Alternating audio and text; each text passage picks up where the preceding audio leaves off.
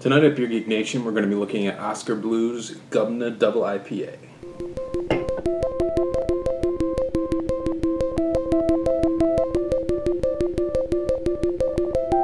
Hey guys, welcome to Beer Geek Nation. I'm your host, Chris Steltz. Tonight we're going to be looking at Oskar Blues Brewing, their Gubna Imperial IPA, double IPA, whatever you want to call it. Oskar Blues are known, I guess, infamous for being one of the first craft breweries to really start putting their beer in cans again. It was kind of a ballsy move on their part. It still kind of has this stigma attached to it in the craft brewing community, as far as cans being the bad guy and all that stuff. But I'll be honest with you, they make two of the best beers, or I shouldn't say two of the best beers I've ever had, but two of the beers that are consistently just outstanding that I try to have in my fridge at all time, and that's going to be Old Chub, their Scottish Ale, which is just phenomenal, and Dale's Pale Ale, which is just an American pale ale, and it just rocks. I mean, it's just one of the best pale ales. So I'm excited about this one. I hear mixed things about it, so I'm a little bit hesitant too, but I'm excited. I hope it turns out all right. The other one they make that a lot of people know are I think it's the Pils and the 1050. The 1050 is an Imperial Stout, and if you've never had that, that's a hell of a beer too. The only issue with that one is with the aging. I don't know anyone that's ever aged a can. I'm not sure how a can holds up under aging. So I'd be curious if anyone has done that, if you can post in the comments under the video and everything, how it turns out, if you can, does it lose any of the taste or get any of the taste of aluminum or anything like that. I'd just be curious. But anyway, back to Gubna. It's 10% double IPA, so it's a big double IPA. They only use 3 malts in it: American Two-Row, German Munich, and rye, and only one hop variety, which is kind of strange. I shouldn't say strange, it's kind of a trend that's been developing in the craft beer community. And in this particular, it is Summit hops. So what I'm expecting from the rye is going to be a little bit spicy. The German Munich malt, I'm assuming it's going to be like an orangish color. I'm looking for pineapple, piney notes from the Summit hops. It's 100 IBUs, so I'm expecting a lot of bitterness, even though the tongue can't taste over 70 IBUs. But it's going to be a bitter beer, I think. Hopefully it turns out to be alright. So with that said, let's get this in the glass, get all smelled up, and we'll get it tasted and let you know how it is.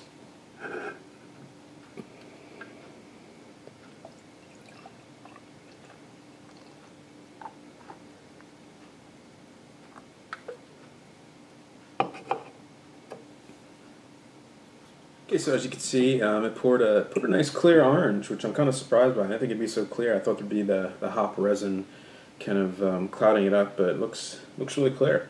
A little bit on the orange side. Again, that's because of the German Munich malts, the rye. Nice white head, maybe about half the finger's worth. As far as the aroma, I was expecting a lot more out of it. I was expecting when I opened it to actually get a smell like I did from Pliny or Sierra's Estate Ale or a Hop Slam in particular. I didn't get a lot of that, and I'm kind of surprised, being that this is such a hoppy beer. So let me tell you what I do smell here. Okay, that's what I figured. There's pineapple. I get a lot of pineapple. I'm also getting some of the earthy, kind of oniony garlic smell, which is characteristic of a single hopped beer, especially with the Summit hops. I've smelled a couple home brews that have that kind of.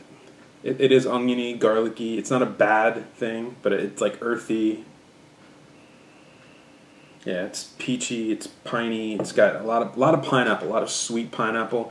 I want to say it's similar to a Hop Slam. It's a little bit different, but it's a general kind of Hop Slam kind of smell going on. Hop Slam smells better, but it does have that pineapple-y sweetness, mango.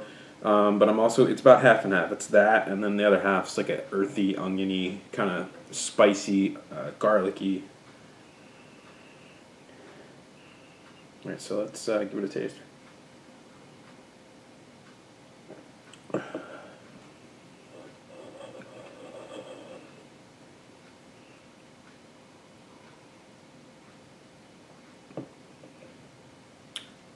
I'm kind of surprised.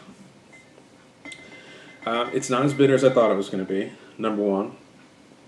And number two, it's the hop characters kind of take a different note when you're drinking it. I get a lot more of the pineapple. Basically, all of the onion, garlicky taste is absolutely gone. It's not nearly as bitter as I thought it was going to be, which is really surprising. When it first goes in, you get the pineapple right away. As soon as it hits, middle to the back of the tongue, I'm getting a lot of the really sweet malts. It's really sweet. It almost tastes like it was brewed with honey, to tell you the truth. That's what it reminds me of, the honey smoothness, kind of sweetness of it.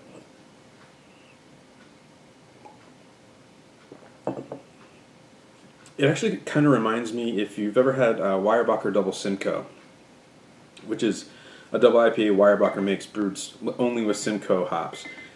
It's vaguely reminiscent of that. This is it's a little bit sweeter, a little bit maltier than the Double Simcoe was. It's not bad. It's not great. I've had better double IPAs.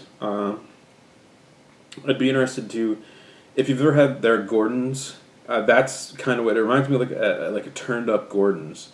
And Gordon's was pretty even keel. I mean, it was a solid IPA. It's almost a double IPA as far as I'm concerned. This isn't bad.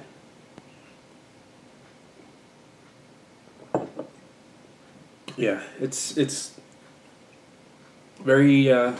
They're not on the West Coast. No, they're not.